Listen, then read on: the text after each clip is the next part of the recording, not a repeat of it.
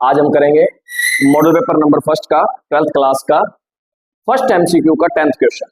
ठीक है, और जैसे कि क्वेश्चन को देखते हुए अपने को पता लगता है कि एक वक्र दिया हुआ है y square is equal to 4x का x अक्ष तथा रेखा क्या है x बराबर 2 से घिरे हुए क्षेत्र का क्षेत्रफल ज्ञात कीजिए। कहने का मतलब क्या दिया हुआ है, एक कर्व दिया हुआ है अपने को y square is equal to 4x।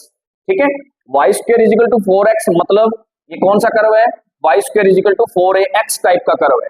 y square is equal to 4ax type का कर्व है, जो कि अपने 11वीं क्लास में पढ़ के आए हैं कि ये किसकी समीकरण होती है, परवलय की, पैराबोला की अपने पास होती है। ठीक है, तो ये परवलय है हमारे पास एक। ठीक है, y square is equal to 4ax और a की कंपैरिजन करें, a यहाँ पर क्या होता था, नाभि होती थी, फोकस होता था, तो यहाँ पर a की वैल्यू कितनी है, 1 है। ठीक है, से घिरे हुए क्षेत्र का क्षेत्रफल ज्ञात करना है अपने को। तो कैसे करना होता है, एक लाइन दे रखी है तुम्हें, तो सबसे पहले अपने को क्या करना होगा कि इसका एक डायग्राम बनाना पड़ेगा। सबसे पहले क्षेत्रफल मतलब एरिया फाइंड करने के लिए। तो एक बात हमेशा ध्यान रखें, ये चैप्टर 8वें का क्वेश्चन है, चैप्टर 8 का क्वेश्चन है, जो एप्लीकेशन ऑफ डेरिवेटिव्स, समाकलन के अनुप्रयोग। ठीक है, समाकलन कहाँ कहाँ यूज हो सकता है, इंटीग्रेशन कहाँ कहाँ यूज हो सकता है। तो सबसे पहला यूज इंटीग्रेशन का कहाँ होता है, किसी भी चीज का एरिया निकालने के लिए या क्षेत्रफल निकालने के लिए समाकलन का यूज होता है। ठीक है, तो इस चीज को कैसे निकालेंगे, सबसे पहले अपने को एक एरिया बनाना पड़ेगा। पहले तो एरिया ड्रॉ करेंगे, कर्व ड्रॉ करेंगे, y square is equal to 4x। तो ये अपना एक परवलय का समीकरण है, तो परवलय अपनों ने एक बना लिया। ठीक है, ऐसा ही परवलय होता है। और साथ में कह रहा है x अक्ष, तो x अक्ष हमारा यही है, ये हमारा x एक्सिस होता है, और ये हमारा मूल बिंदु होता है, और ये हमारा y और ये हमारा y डैश। जहां कर्व काटता है वो, यदि ऐसी इक्वेशन हो तो कर्व का जो काटने वाला बिंदु होता है, जिसको अपने इंटरसेप्ट पॉइंट बोलते हैं, इंटरसेप्ट कहाँ करेगा, ये इंटरसेप्ट 0,0 पर करता है, जिसको अपने यहाँ पर क्या बोलते हैं, शीर्ष बोल देते हैं।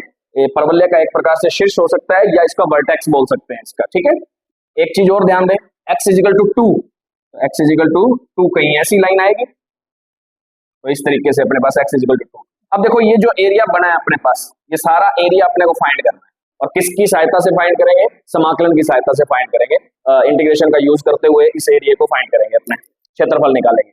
अब देखो एक बात बता देता हूं, समाकलन की सहायता से या इंटीग्रेशन का यूज करते हुए अपने कभी भी किसी भी एरिया को फाइंड करना चाहते हैं, तो अपने एक छोटी सी पट्टी लेते हैं ऐसे, उसको dx बोल देते हैं। जैसे जिसकी लिमिट मिलती है हमें, उस लिमिट के अकॉर्डिंग कर लेते होते हैं। जैसे अपने को दिख रही है ना कि x की वैल्यू 0 से लेके कहां तक जा रही है, x बराबर 2 तक की जा रही है। ठीक है, तो यहां से अपने इस पट्टी को इस तरीके से ऊर्ध्वाधर या अपने बोले तो वर्टिकली इसको लेके चलते हैं dx।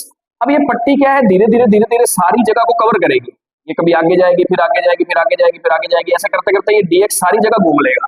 फिर dx ने जितना जितना एरिया कवर किया होगा, उस सभी का हम क्या कर देंगे, समेशन कर देंगे। समेशन का मतलब हो गया योग, योग कर देंगे। और योग के लिए ही क्या यूज होता है, इंटीग्रेशन हमेशा यूज होता है, समाकलन हमेशा यूज होता है। ठीक है, तो अपने क्या करेंगे कि इस एरिया को फाइंड करने के लिए जो भी dx अपने लिया है x के रिस्पेक्ट, तो अपने कैसे करते हैं इसका क्षेत्रफल, तो मैं तुम्हें बताता हूं।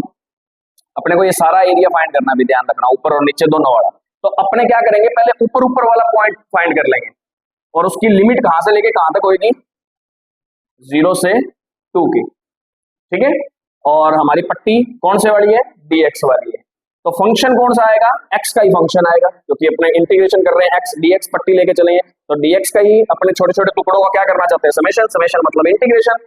ठीक है, तो यहां से ध्यान रखना कि y की जो भी वैल्यू आएगी, और ये हमारा अभी तक जो आया वो ऊपर वाला एरिया है, तो अपने को नीचे का भी सेम निकालना है, तो इसके लिए इसका क्या कर दिया जाता है, डबल कर दिया जाता होता है हमेशा। ठीक है, तो यहां से अपने इसको वैल्यू रखेंगे, तो 0 2, y की वैल्यू कितनी आ जाएगी यहाँ से, तो y की वैल्यू आ जाएगी 2 रूट x। यहाँ से y की वैल्यू निकालेंगे तो 2 रूट x आ गई, तो 2 तो बाहर आ गया, 4 हो गया, और 0 से 2 रूट x dx। तो यहाँ से अपने इसकी वैल्यू निकालेंगे, तो रूट x का इंटीग्रेशन क्या होता है, रूट x का मतलब x की पावर 1/2, और x की पावर n का फॉर्म बन रहा है, x की पावर n का इंटीग्रेशन क्या होता है, +1, और पावर में +1 और डिवाइड में भी पावर में +1 हो जाता है। ठीक है, तो यहाँ से अपने क्या कह देंगे, x की पावर 3/2 डिवाइड में 3/2, और इस पे लिमिट जो लगेगी वो 0 to 2। ये तो कांस्टेंट है, ये तो बाहर आ जाएगा, 4 × 2/3 क्लियर। और यहाँ जो लिमिट आएगी वो कितनी आ जाएगी। अब देखो लिमिट कैसे रखते हैं इंटीग्रेशन के अंदर, ठीक है।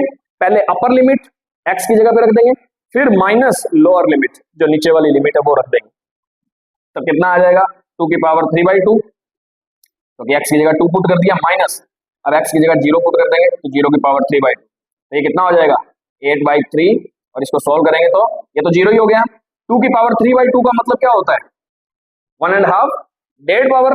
डेढ़ पावर को कैसे लिख सकते हैं, 1 पावर पूरी, 2 की 1 पावर पूरी, और 1 2 की पावर आधी। आधी का मतलब कितना होता है हाफ पावर, हाफ पावर का मतलब अंडर रूट। तो ये सोल्व करने पर कितना आ जाएगा 16√2/3।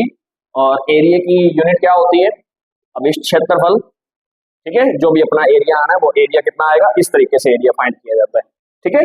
तो अपने एरिया को इस तरीके से निकाल सकते हैं। और ऑप्शन कौन सा बनेगा अपना सेटिस्फाइड करेगा, बी ऑप्शन सेटिस्फाइड करेगा। ये सारा का सारा एरिया फाइंड करना है, किसका यूज करते हुए, इंटीग्रेशन का यूज करते हुए, ठीक है।